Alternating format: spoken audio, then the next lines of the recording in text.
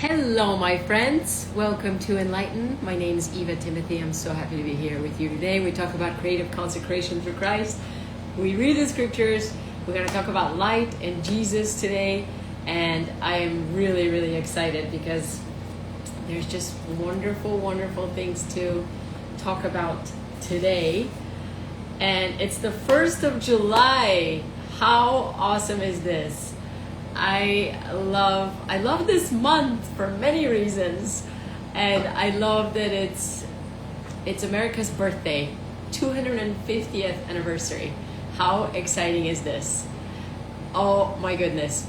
I put this little decor, patriotic decor behind me on the piano today because I love the red, white, and blue.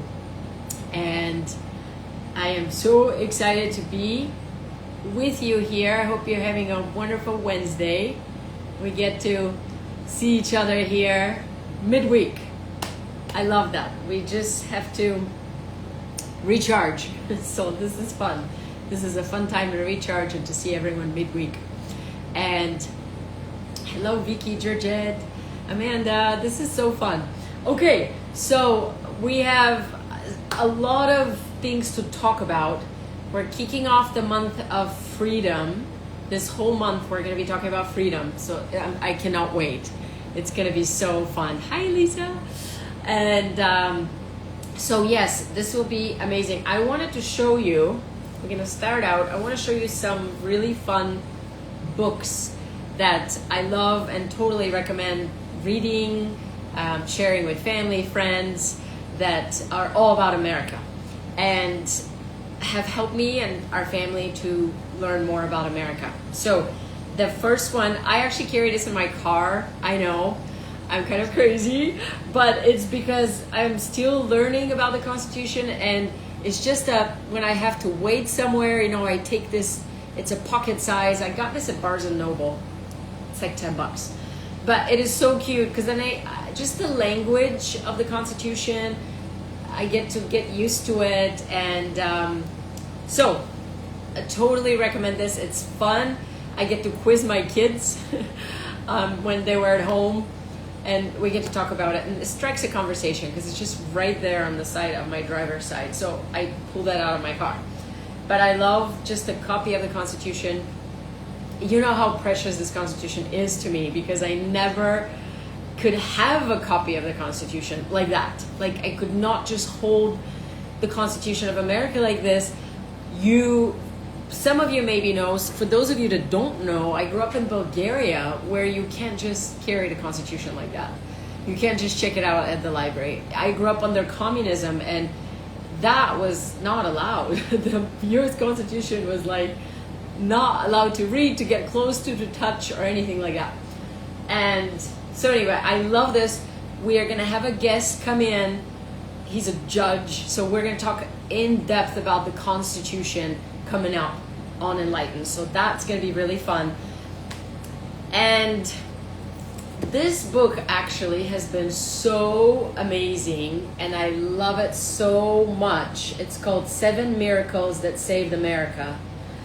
And I'm kind of pulling out of this book some of those miracles. So throughout this month of freedom, we're going to be talking about some of these miracles. I'm going to combine some of them, and the miracle of the Constitution is one of them in here that we're going to dive in next week. But it's a wonderful book. They actually have a kids version of this book. So if you wanted to get it just like for your children or for young adults, I love it. I love it as well because it's got pictures and it's beautiful. It's condensed. It's much smaller. It just gets straight to the point with less detail. But 7 Miracles That Saved America. Chris Stewart and Ted Stewart. Great book. And we're going to be talking about some of those miracles. And one of them I'm going to share about you today. So I'm really excited.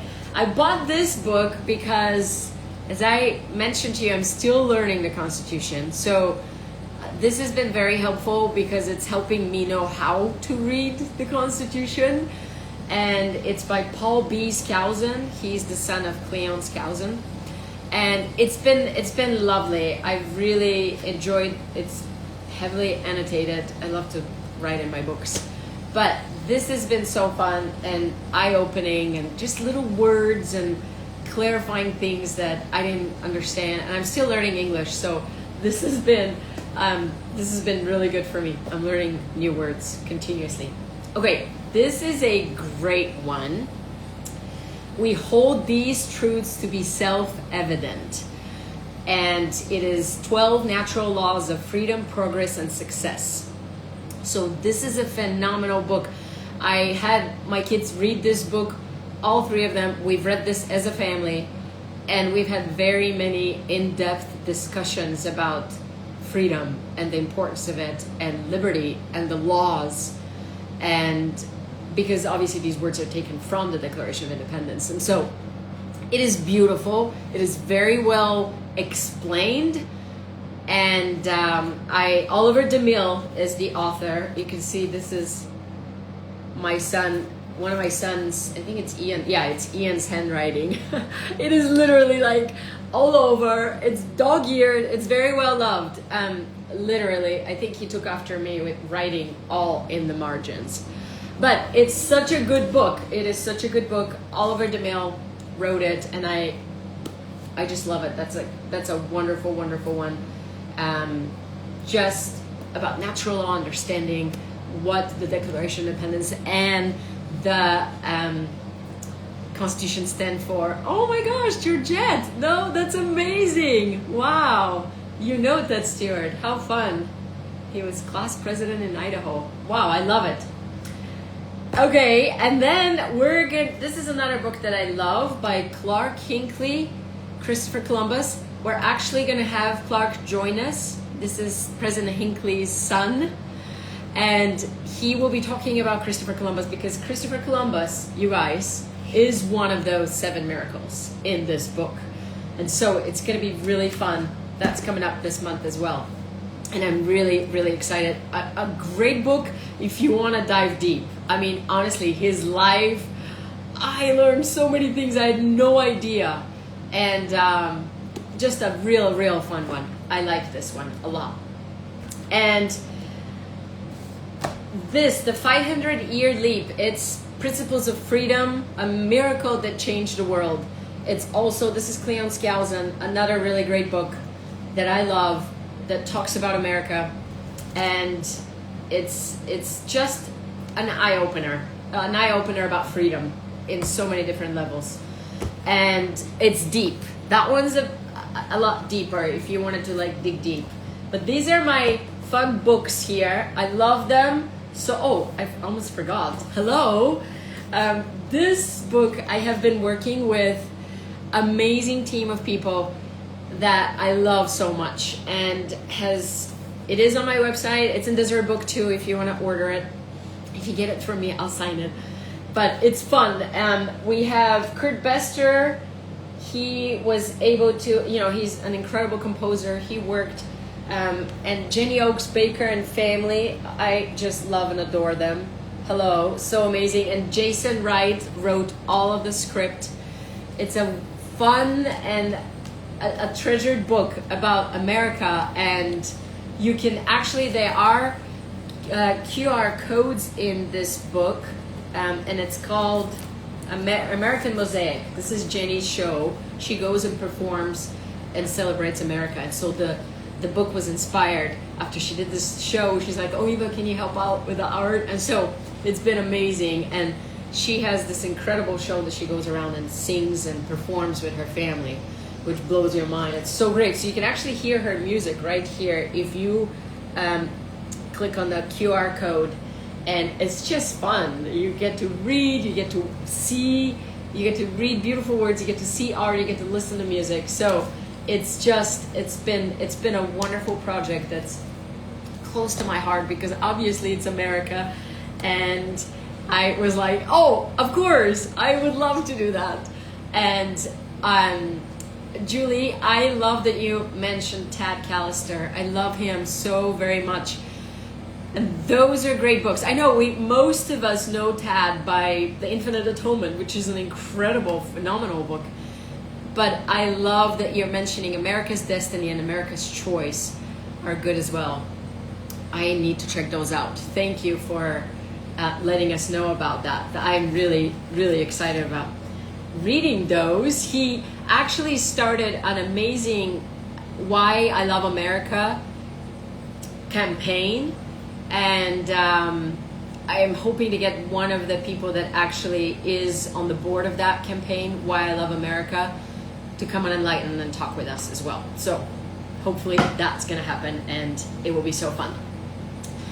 All right, let's go. A lot to cover, a lot of wonderful things, stories, adventures, all about America, and I'm just thrilled to share. Okay, we'll start with this piece because I wanted to tell you a little bit of backstory about it, because freedom is so precious to me. I grew up without the freedom that people benefit here in America.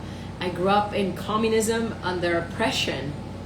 And so one of the very first pieces I ever created was this.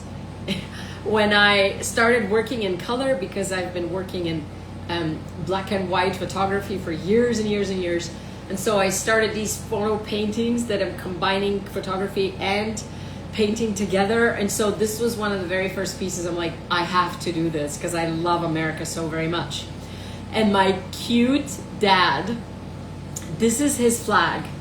This is a flag he cherished so very much. When he first got here to America with my mom, he's like, I want a big American flag. He just wanted a big American flag. And so it's like on this wooden pole, and he put it in our garage, like when you walk in, like big and loud. We had one in front of our house as well. But it's precious to me because I've lost both of my parents now, but I still have this flag. And it's just such a reminder of how precious America is in our hearts and how much we love this country deeply. And I wanted to portray this young girl running through the fields and carry that flag, this love and dedication, and going forth, thinking of possibility, thinking of what could be better in our lives, like what lies ahead, what is there that has more light in our lives. And so she's literally running through the field, you could see, because this is what America gives. America gives opportunity. And contrasting to where I grew up, there was no opportunity. There was no private property. Let's start there. You could not own your business and have the way to express yourself as an individual. Your identity was completely suppressed, and there was no sense of community either. Like you honestly, from the moment that we would walk outside of our doors when we lived in Bulgaria under communism, you were expecting someone to attack you, to trick you, to take your money, to mob you in certain areas where we were living. So this was constantly, there was no community, there was no trust, there was no love for anyone but trying to protect your own self and survive. So it was really, really a difficult, very, very difficult way to live. We had people eavesdrop. I'm not kidding. Like sometimes I share this with people like, no, you're kidding. That's not true. No, people would eavesdrop in the apartment building, in the cement apartment building that the communists gave us to live, because they took our house that my grandparents owned. With no further notice, the house that was in downtown Sofia was taken away, and we were pushed into the suburbs of the city into a small cement block apartment. And so there was a guy that would come and eavesdrop our conversations. we did not join the Communist Party in Bulgaria, so he would always eavesdrop and report if he hears something. I mean, we would listen to the Beatles. My dad painted the Beatles on our kitchen wall. He could have gone to jail for that. I mean, it was a big, big thing. And so, again, the whole idea of there was no community, there was no private property. There was also a lot of religious oppression. And I really want to talk about that one the most, because that is what makes America so beautiful, because people came for religious freedom. They were oppressed. They didn't have that opportunity to worship however and whoever they wanted. And so when I lived in Bulgaria, there was no Christmas. The communists would not allow you to have Christmas. There was New Year's. They would celebrate New Year's Day. And they had this Grandfather Frost, I think that's the good translation in English, Djado Mraz, that's what they called it in Bulgarian. So he was kind of like Santa Claus, and that was, Christmas was completely eliminated. There's no Jesus. And so my family, we would go and undercover, you could say that, we would gather in my grandma's house, who owned the Bible, and she would read the Bible. And unfortunately, I didn't have any other exposure to God besides that. But twice a year, she would do it on Christmas and Easter. We were Christers, right? And so, but that, I vividly remember us gathering together. My dad's brother, he had 2 children, and we would all gather together into my grandma's house, huddled, her reading the Bible. And then we had a special meal, and that was Christmas, under closed doors. You were not allowed to worship God. And I just think it's incredible to contrast that to America, where people are coming to America for religious freedom. They're literally seeking a place when they can worship God.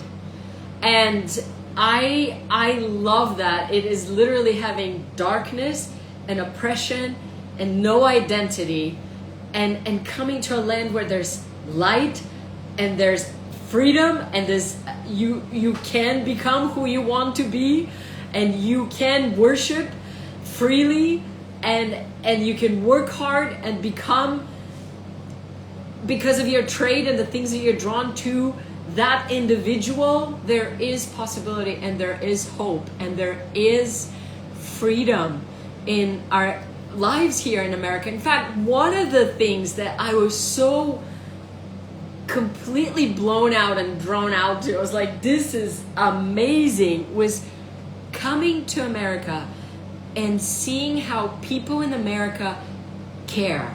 They literally care about each other. They care if they would talk to you on the street. They would say hello on the street.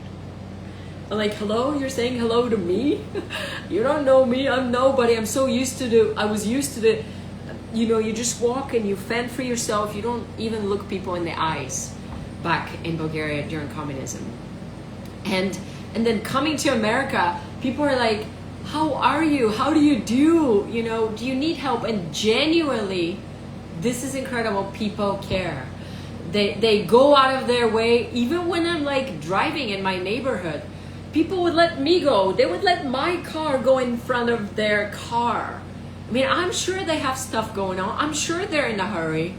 I would be in the grocery store. I'm waiting in line to buy something, and maybe I had just a few things in my hands. How all the time people would be like, oh no, you go in front of me. This is so dear to me, that this is the mentality that America has. It's these people that think of others. They are concerned of the welfare of their neighbors and strangers and families, and there's this sense of community and unity. And I absolutely love the motto. I love this motto, in God we trust. Of course, I love this one. And I love the motto, one nation under God. This is so amazing. We are united as one nation under God. It is such an amazing motto, and that's truly what America stands for. And it is just so dear to me. Just wake up every day and I'm thank you, God, for bringing me to this land. Bringing me to the land of freedom and possibility and an ability to, maybe things aren't working out, but you can make them better. This is what the Declaration of Independence teaches us. This is what America gives us, that absolute opportunity to make our lives better, because it's in God that we trust. And so this idea of what America stands for is so much what the gospel teaches us.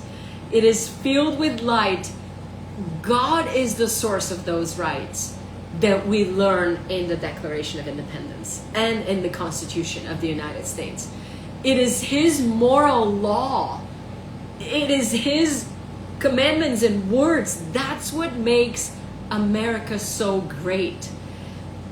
And that is what we abide by. And it is just absolutely incredible that that's what the foundation, that's what the founding fathers fought for and gave their lives so that God's law can be instituted. Those rights, we know, they're self-evident, they're unalienable, meaning no one can take them away because they're given to us from our God. It just makes it so beautiful. And honestly, I looked up, growing up in communism, to America as this beacon of light my whole life growing up. And people would tell lies continuously. We had 2 channels on TV. That was it. It was Bulgarian channel and the Russian channel. Black TV, all trying to whitewash you and teach you garbage and lies. And so whenever America was mentioned, bless my parents and their enthusiasm about America and their love for America, despite all the darkness and the headache and the horribleness that was happening living there, there was hope. Because there's a place out there that there's light and there's possibility. America was a truth. It was a country that was living. And it was always a hope for me that there is something better in life. And I would listen to Voice of America. That was the one American undercover radio station that later in my teenage years was allowed. Well, it wasn't allowed, but you could listen undercover, underground. Oftentimes it was muffled, so you couldn't hear it all. But I was glued to my little transistor radio that I had, because it had the countdown, the USA countdown by Casey Kasem. He was the voice, and I just loved him dearly. And I was like, oh, just melting voice, and VOA Europe and all these rock and roll music and songs, and there was hope right there. There was hope that something better was out there. So America, the Constitution, the Declaration of Independence, is a beacon of light to all nations. Every nation in the world looked unto America as a light in the world, as a better life, as a possibility. And I am just so grateful that all those miracles, that God has preserved this land. And again, we are going to talk in depth about these. These are 7 miracles that we have in this book. But honestly, I know there's more than that. There's a lot more miracles than that. And we continue to see miracles right now also. And it's just incredible how God is watching over our land, because the people keep His commandments and love Him. And one of the stories I wanted to share with you that is actually in this book, that 7 miracles that saved America, that is so dear to my heart, is the Battle of Long Island. And I love New York City because I served my mission in New York, and so I fell in love with it like 30 years ago. But I love New York, and this story that actually America is saved happens to be right there in New York on the East River, and the Continental Army, led by George Washington, is in a very dire circumstance right there. They're literally surrounded by William Howe, the British general, and 20,000 soldiers have just encompassed them. They're surrounded, they're pushed all the way to the East River. Doesn't that remind you of someone else that was surrounded by army attacking him and they're pressed right by the water? I know, when I was studying this story, I immediately thought of Moses and the children of Israel. And I was like, wow, it's just so incredible. And so you have this body of water. The Continental Army, 9,000 soldiers, were struggling. This was a very difficult time in their lives. And the British have surrounded them. That night they have literally, and they know that they've got them. The British knew very well. This was like almost 100% for them, they thought, won battle. Because they had all their fleets, they had numerous ships. The Navy, I mean, they got them. They got those rebels. And it is a miraculous story because General Howe, actually the British general, decides that he's not going to attack them till the morning. He said, I'm going to wait that evening. I'm going to attack them in the morning. Hopefully they'll surrender. That was his thinking, right? Meanwhile, General Washington is like, we're going to evacuate. We're going to do it all night long. Let's flee. So you have these incredible ferry boat man. I don't know what the word is if you drive a ferry boat, but like these captains of a ferry boat. But they were able to miraculously, all night long, there's this northeastern wind that picks up, which is also miraculous. And there's rain, and they're drenched, and it's horrible, like, way to be traveling. And yet, it was a blessing in disguise. All that rain, the British are not attacking, they're waiting until the morning, and they decide, General Washington had this feeling in his heart to move the troops, all 9,000 of them. These experienced ferry boatmen, I don't know. They would move the troops, they would put them in the ferry boats on the East River and drive them to Manhattan. So they would literally, boat after boat, they had to be very quiet because the British were really encompassing them. And the most miraculous part, they're pretty much towards the end of all the troops evacuating during the night, moving down the river, escaping because of the wind, because of the rain, because of all the craziness. And then this is so amazing, a fog, an incredibly dense fog falls upon the American troops. So strong and dense that the British could not see them. No one could see them. And these are the last stretch of troops that have to get on those boats. And they have to, and that was Washington's big concern. He's like, we're going to possibly lose some men at the end. But we have to go because we have to save our men. And yet because of this fog, that this is God's providence providing for them in his hand, every single soul, all 9,000 of these men were protected. They were saved.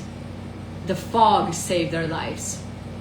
And we know that had they been taken and killed or taken in prison and General Washington was with them as well, it would have been a very different outcome of the revolution and of everything for America and the world. So I love this one miracle in this book that I learned about how God watched over these 9,000 men and those troops that he was there. And it's truly, ferrymen. They're called ferrymen. Thanks, Renee. And so he was a cloud by night. Exactly. I just love that. And by day, because it was in the dawn hours. that the British were just getting ready to overtake them, and that's when the fog came. And that God had promised the Israelites that he will be their cloud by day. That is just, I just had goosebumps. I'm having them right now too. That he will protect his people and that this nation will survive. And what a sweet story about literally having and seeing God's hand protect these troops. And it's one of my favorite stories to share because it's such a way to see God. If you're familiar with the Bible and you read the Word of God, you can see God's and the Book of Mormon, because we see numerous stories about God preserving the people in the Book of Mormon. And we know they're only brought by his hand to be living in America. That's also told us. And we'll go in depth when we talk about Christopher Columbus, and I can't wait about that. That's going to be so fun. But I love that in the newest Liahona, there's a great article that I wanted to quote about from there, that it's by Spencer McBride. It's called, well, it's all about the Declaration of Independence. And so I love that. Of course, I ate it up right away. I was like, this is so good. And I just love, he said, there's a beautiful quote here that touched my heart. I love the whole article. But he said that the spirit of the Declaration of Independence is alive today. And, okay, this is beautiful. Now, 250 years after its drafting, the Declaration still inspires optimism. The Declaration document reminds us that God is the source of our rights and agency, and that we can use them to improve our daily lives. We do not need to accept the conditions of our lives as we find them. When we understand how our personal circumstances came to be, we are empowered to make them better. I love that. And I love that because you can. This is so amazing because you can. You have the ability to make them better.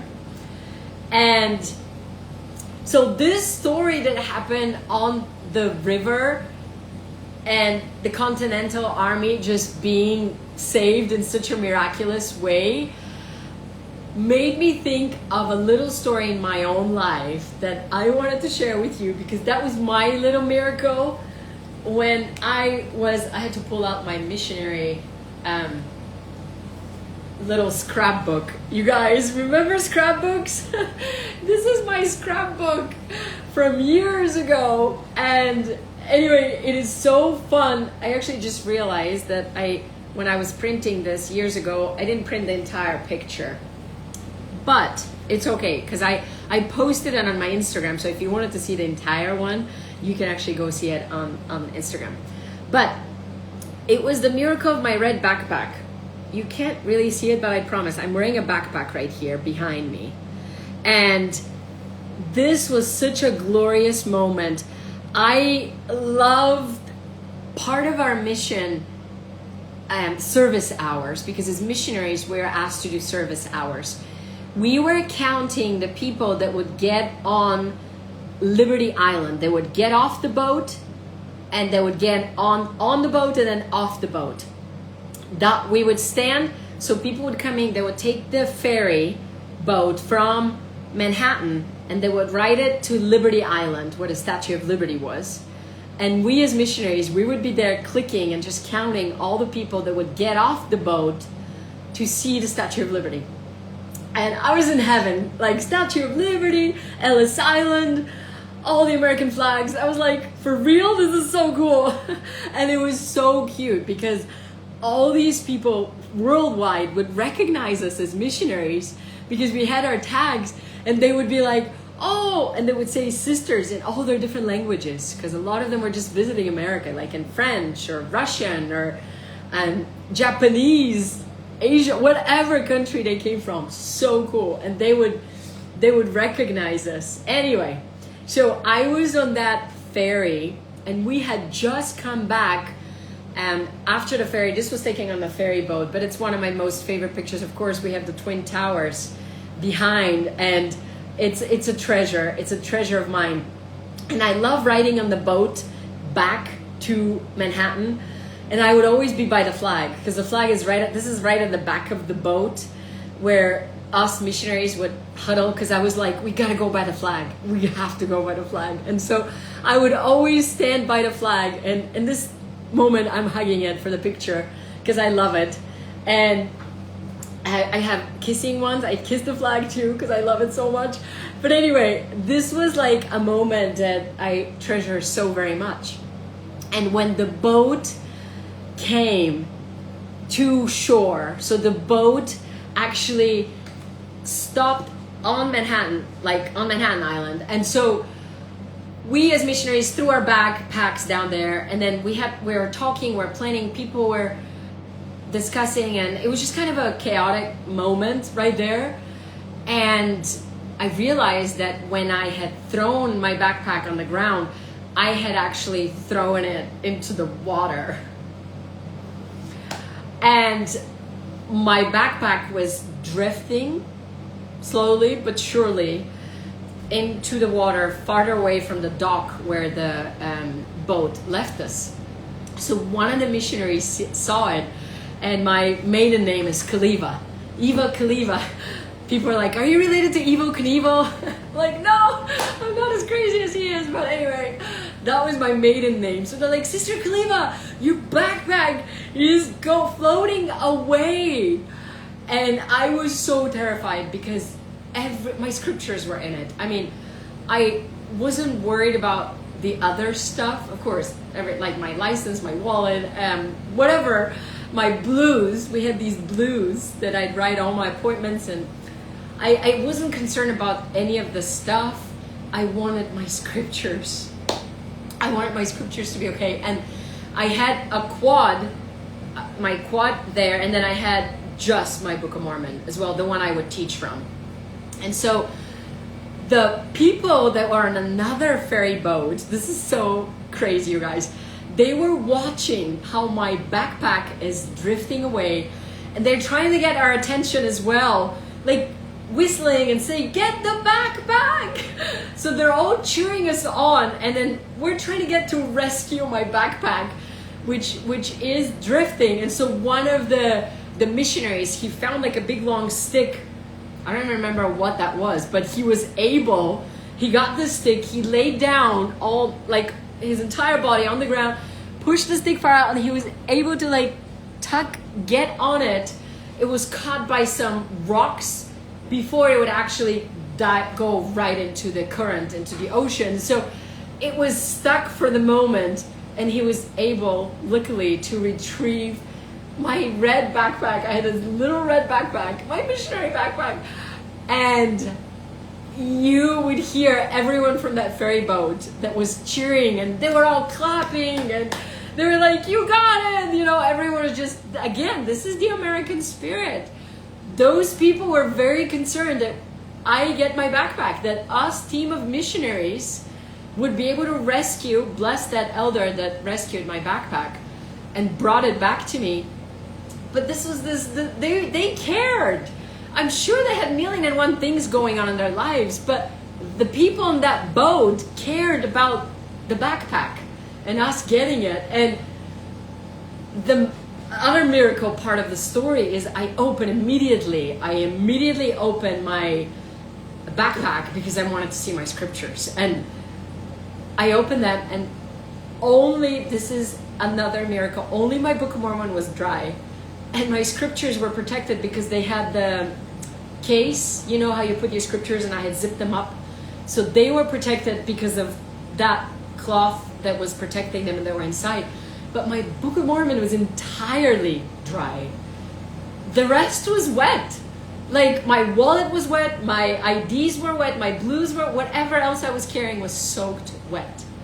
But my Book of Mormon was dry, and my scriptures were dry, and they were protected. And we were all in awe that during that time that was in the water, everything else was soaked wet, but my scriptures survived. And it was just a personal moment of a miracle witness, and I love how God is a God of miracles.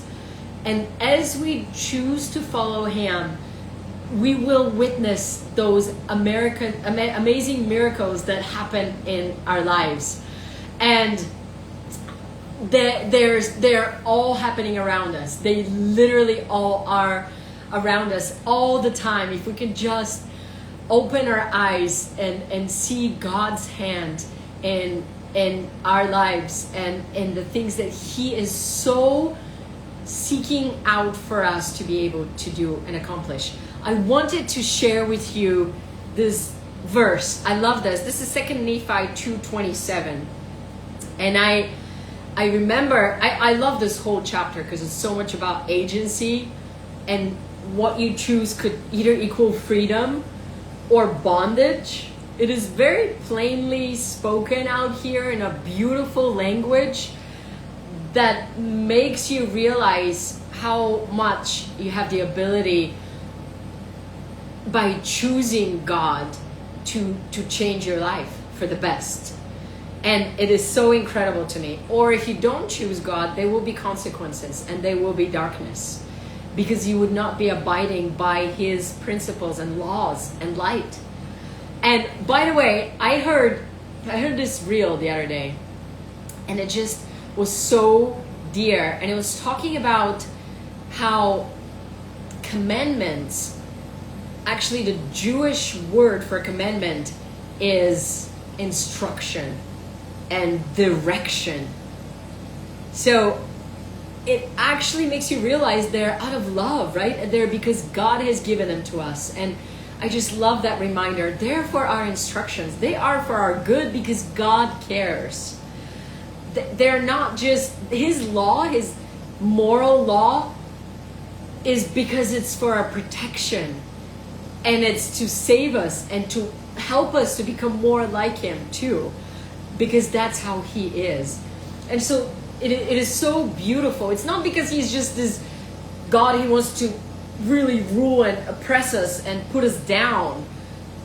The commandments are instruction and direction because of love, that He wants us to be like Him. This is why it's so beautiful living with light, with the Constitution, with the Declaration, because that's what those principles teach. Light and the God of our nation that helps us to govern each other, the people, to govern ourselves, that we may have freedom to worship Him and to become like Him. It is an incredible truth that we have in our lives. And so 2 Nephi 2:27, time goes always so fast here. But I love this scripture because it's teaching us that opportunity to choose God. And it says, verse 27, wherefore men are free according to the flesh, and all things are given them which are expedient unto them. And they are free to choose liberty and eternal life through the great mediator of all men, or to choose captivity and death according to the captivity and power of the devil. For he seeketh that all men might be miserable like unto himself. I love the entire chapter, and there's so much truth that it has taught me. But I love that. I love that God leaves us to choose. And our choices have consequences, and agency equals freedom. Like, this is so amazing, the moral agency that we have.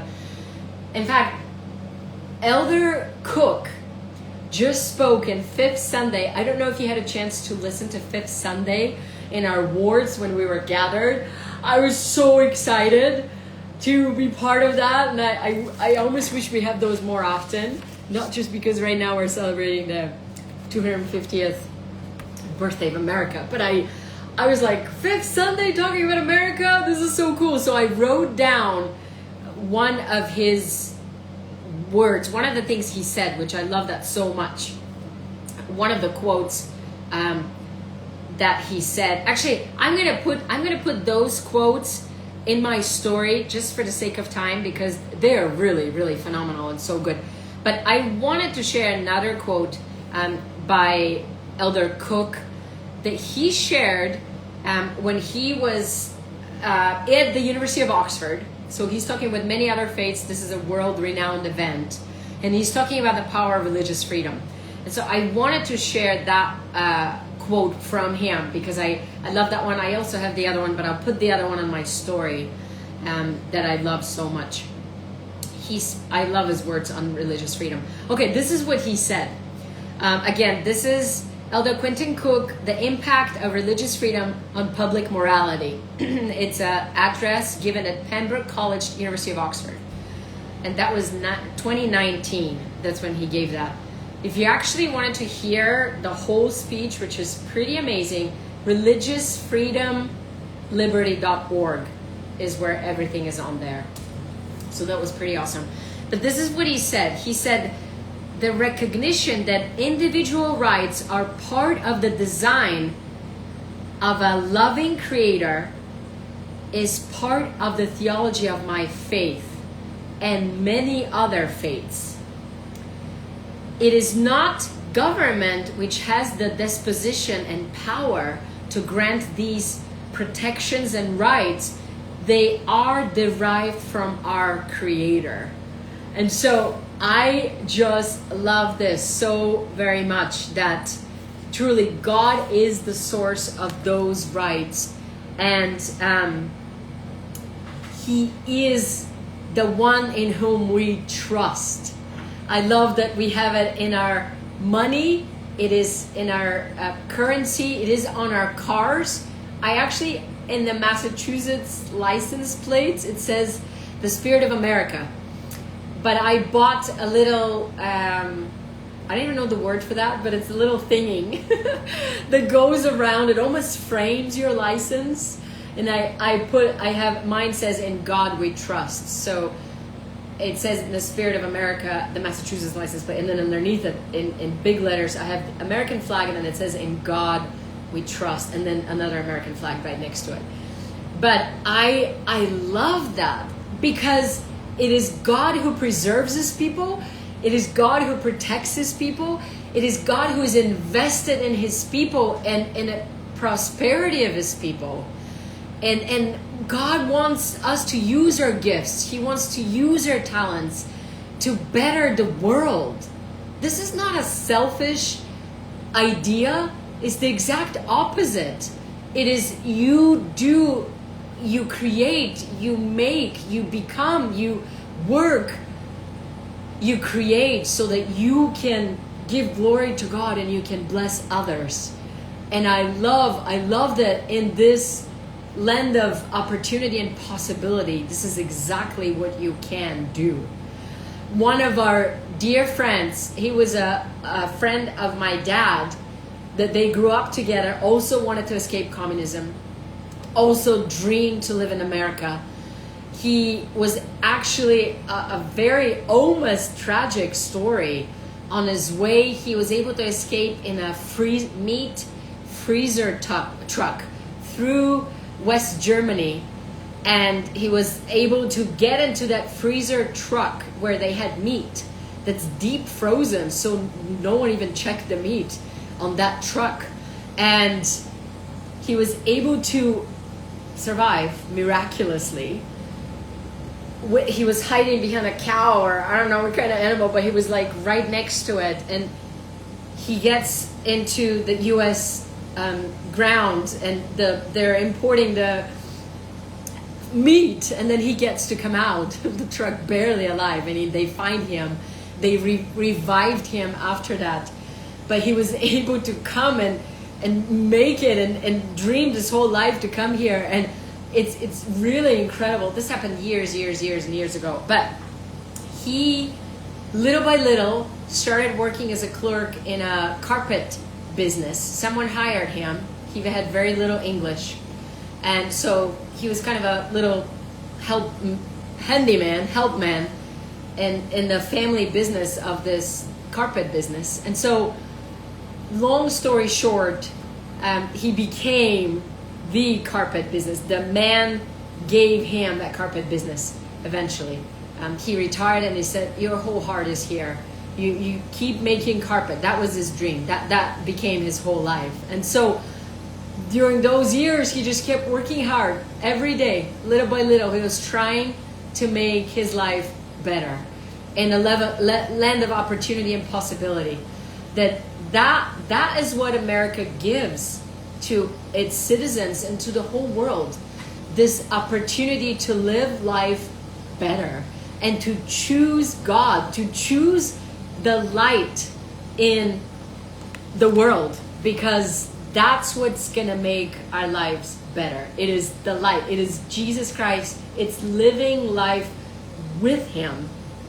And another thought I just had recently, this last week, as a family, we ponder so much the different names of Jesus Christ.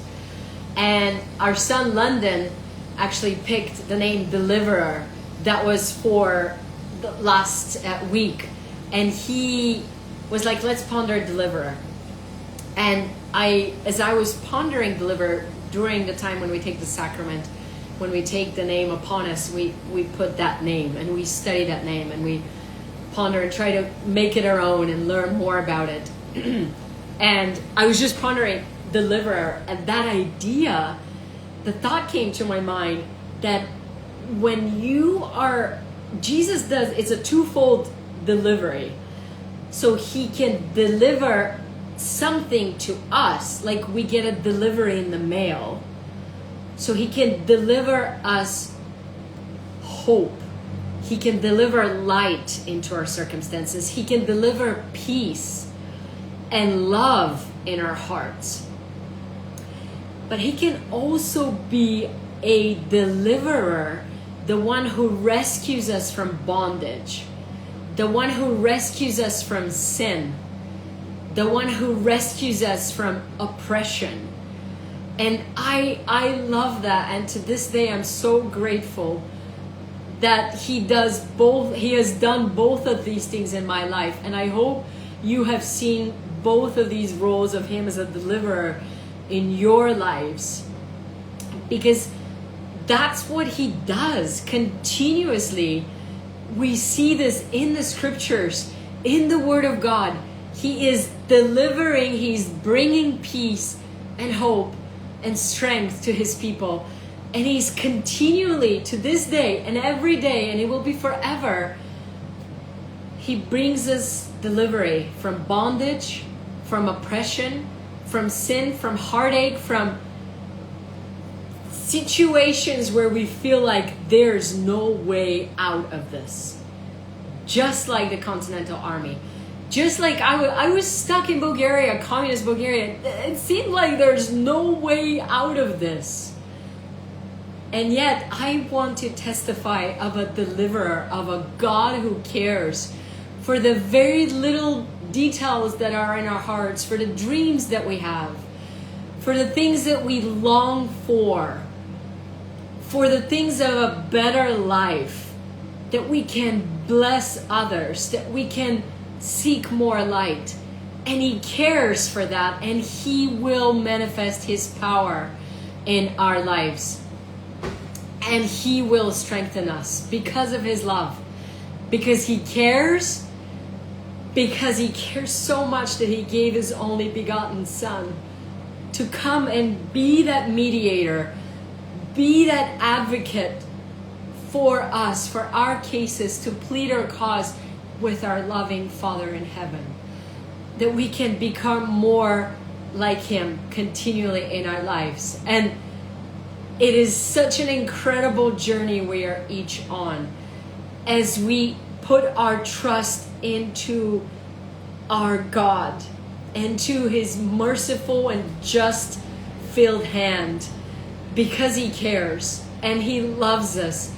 He will deliver us and he will help us in our situations, in our circumstances. And I have seen things that seemed impossible, and yet trusting him, surrendering our all to him, because he knows best. Is what is going to help us and enable his manifestation of his power to be active in his lives. And that liberty can free us, and that freedom can be in our hearts, because the only the truth that Jesus can bring into our lives can free us. It is only his truth that sets us free. It is over and over, we are taught there continually in the scriptures that it is his truth that sets us free. And I love so much that we can read his truth, that we can listen to our prophet right now, this day and age, that speaks truth.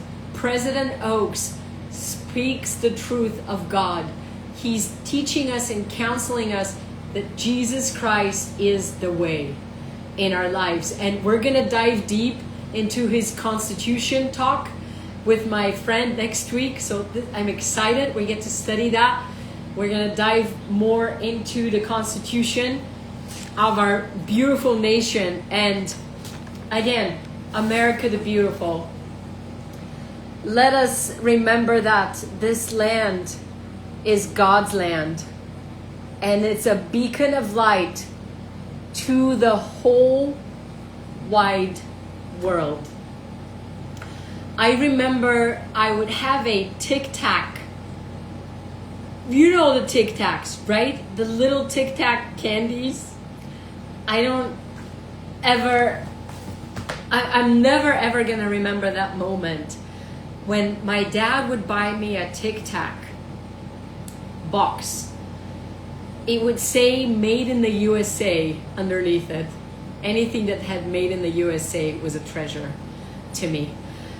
But I would cherish those Tic Tacs, and I would eat them for like months, because those were American Tic Tacs.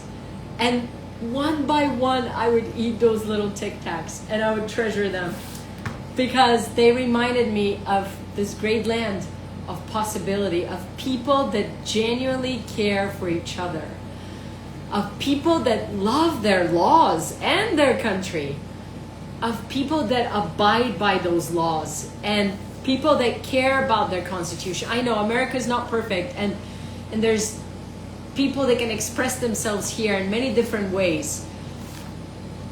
But America is founded in principles that are rooted in God. And it's governed by his rights. We all have those rights from our God. And if we abide by those rights, there will be prosperity, and there will be freedom, and they will be the guidance of our God.